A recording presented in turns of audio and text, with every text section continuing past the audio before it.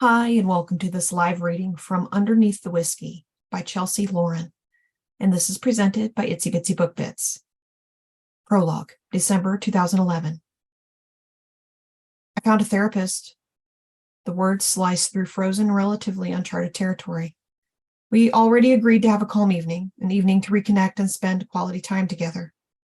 This statement is cyclic. Sophia, I warn. My pizza slice flops in midair, never reaching my mouth. He's about an hour out, but he specializes in mental illness with married men, she calmly says. My pizza drops to my plate, my hand frozen in the air. Mental illness with married men. Fuck is she talking about? We've spoken about therapy countless times, her demanding, me continuously saying no. I'm not the only one who needs therapy here, and I refuse to go unless she does, but this is something new. What are you talking about? I ask slowly. My mind gets to work, placing brick on brick, ready to desert the kitchen at a moment's notice.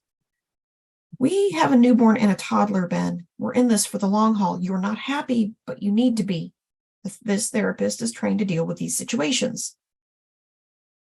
She has the audacity to ever so delicately sip some wine like she envisioned this conversation being peaceful. What situations? I spit.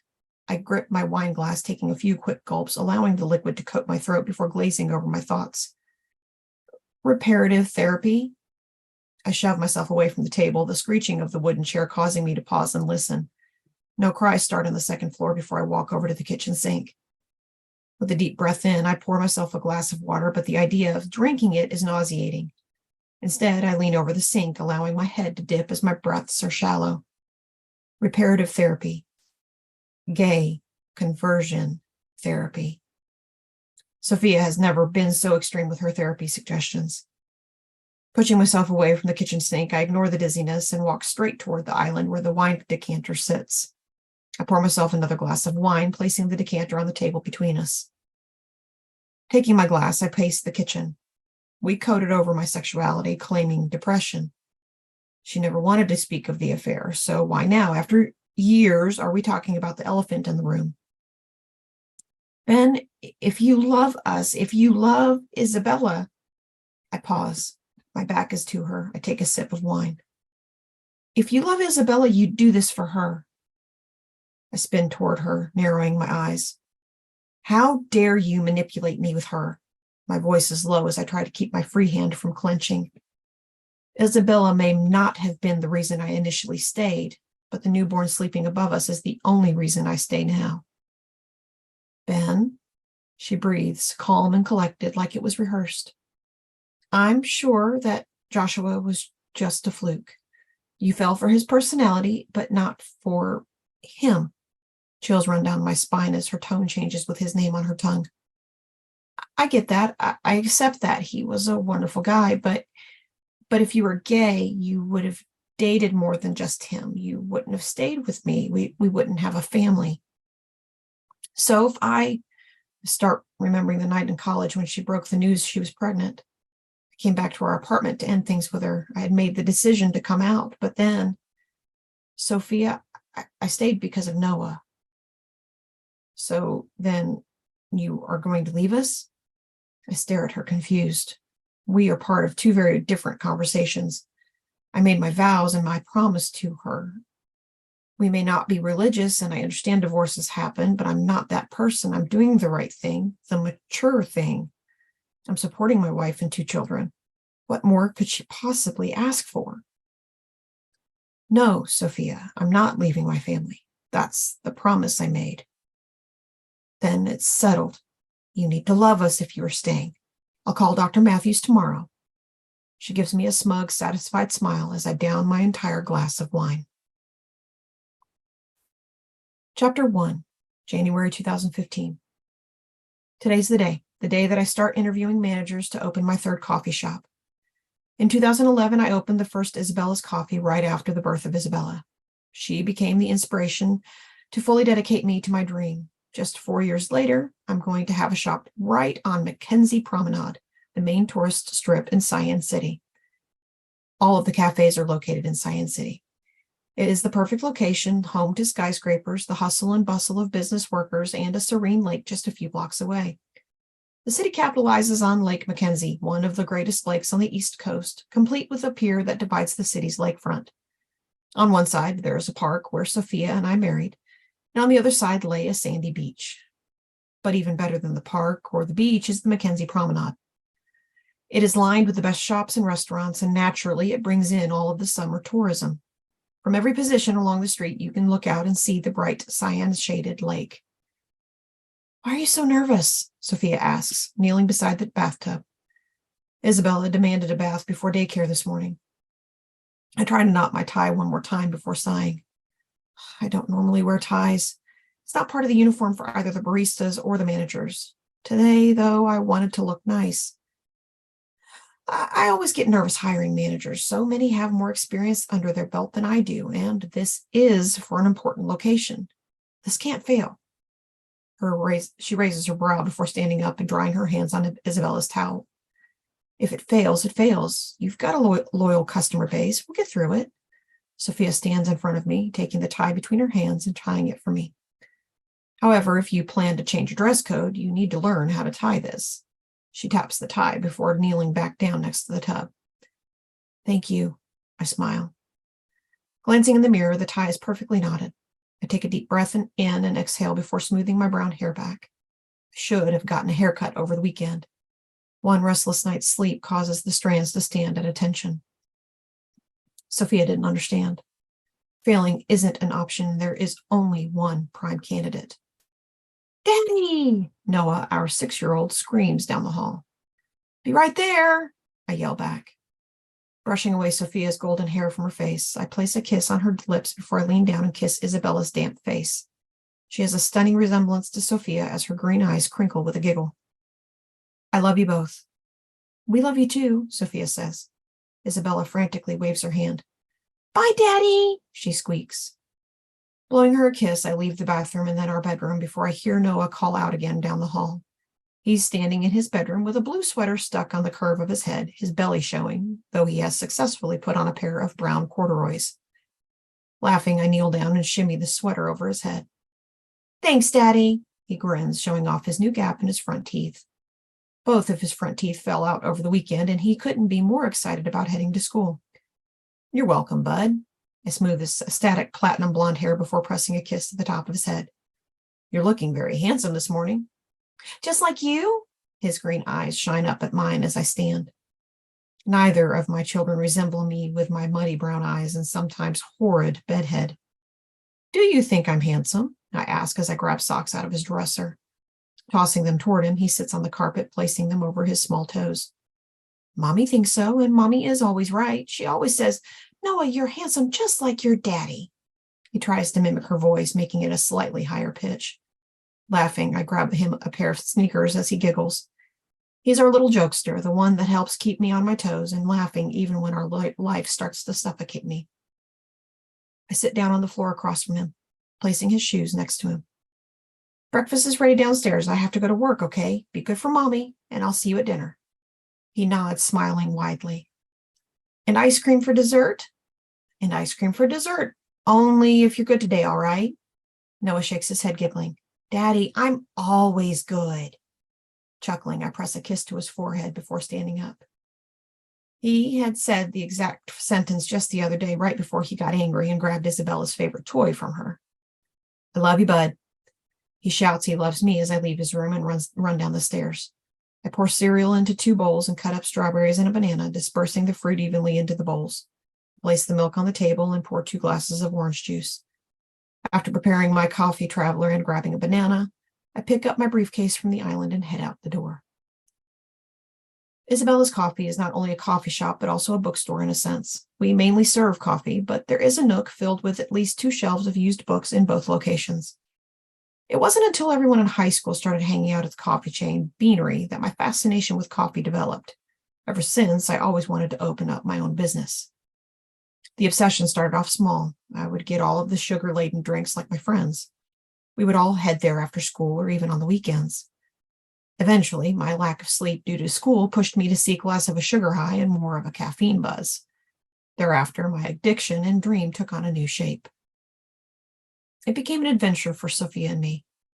At first, we would go on dates to different shops in the area, but then we started taking weekend trips throughout New England. The excursions were a thrill, but ultimately we were scoping out the optimal setup for my future shop. At 16, I was hired by our local beanery. It was a perfect position, considering, but it was also a means to fund our road trips. While my dream stemmed from a love of coffee, Sophia's was born via her love of reading. Her dream was to be an editor in the publishing field, which she had successfully become as of a few months ago. As I was busy admiring cafes, she would be looking for a quiet spot to take her drink and book. Unfortunately, many of the shops we visited lacked that simple element. When final exams became too much during college and the library was too silent, I would seek refuge in coffee shops near campus. I loved the hum of the espresso machine and the constant chatter from strangers' conversations. I did some of my best work in that setting. The free refills offered by Beanery helped too. For my thesis, I had to develop a business idea that I would want to start in the future. We were required to plan every single detail and conduct interviews with business owners for research. That final assignment before graduation was the birth of Isabella's Coffee. But those last few months at university caused our post-graduation plans to go askew. The plans to travel the country were squashed and replaced with preparing for Noah's birth. So while I continued planning and completing my thesis, the actual idea and process of opening a coffee shop were put on pause until 4 years ago, before we knew we were pregnant with Isabella. Luckily, the plans were already put in place that with the surprise pregnancy, we couldn't back down. Now, business is thriving, and I need to hire a manager for the new shop. At the start of it all, I was responsible for both the managerial and accounting aspects, but with the addition of a third cafe and a family to care for, the operations are growing beyond my capable hands, and I need the extra help. When I arrive at the first Isabella's Coffee, my main working location, there is a line of customers wrapped around inside and almost making their way out the door. Every single table is already taken, and we are just nearing 8 in the morning. I search and hope for my prime candidate, Caden, to already be here, so we have a space to talk. My eyes catch his at a table in the corner, the sunlight streaming in just right to bounce off his golden skin. I wave before heading toward the back room. I greet some of the staff as I beeline it to my desk. I'm not late, but I hate the idea of someone waiting on me, particularly Caden, someone who I've been intrigued by over the past few weeks. He's been coming into Isabella's Coffee for as long as I can remember, but it wasn't until a few weeks ago that I got his name. At the beginning of December, I was interviewed by the city's newspaper concerning Isabella's Coffee. Although I had been featured in other local publications prior, this one was different. The Science City Times wanted to know more about me as a person. They reported on the history of Benjamin Jacobson and how Isabella's Coffee came to be, while the previous articles were more so reviews and forms of publicity. The week it was published, Caden and a friend of his were reading the article in Isabella's.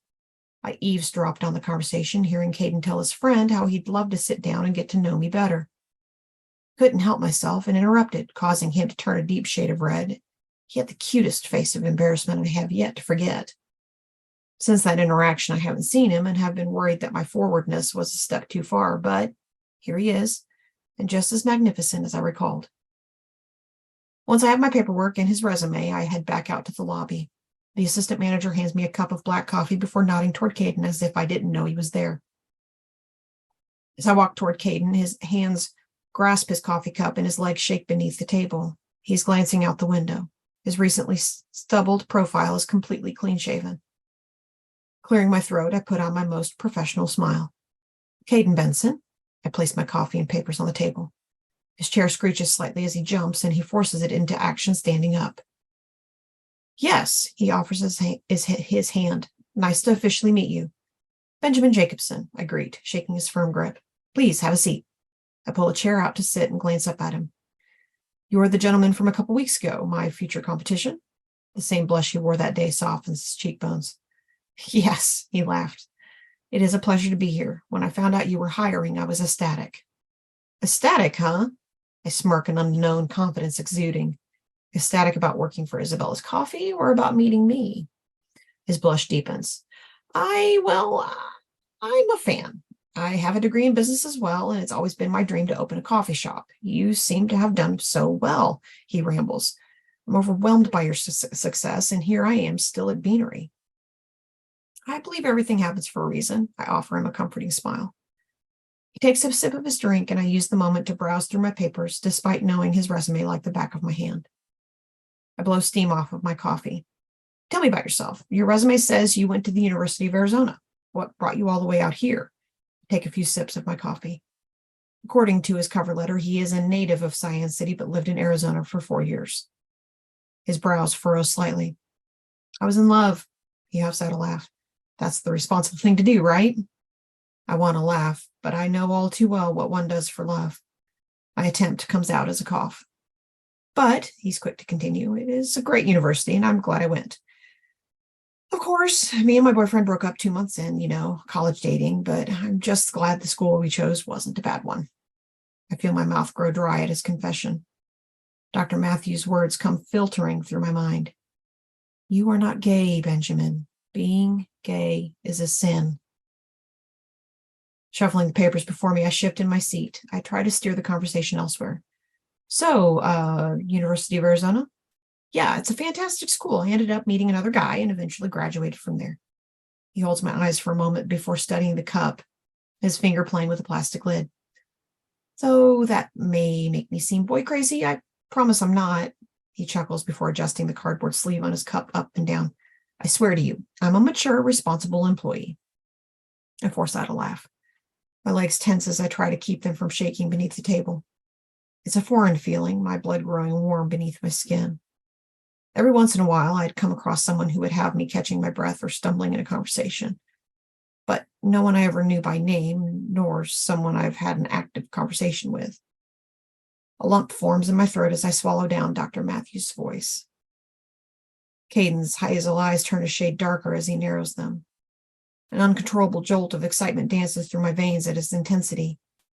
What if there is potential? No. This isn't you, Benjamin. I break our eye contact, staring down at his resume as my hands grow clammy. I need to say something, anything, for him to know I'm not an asshole or a homophobic piece of shit.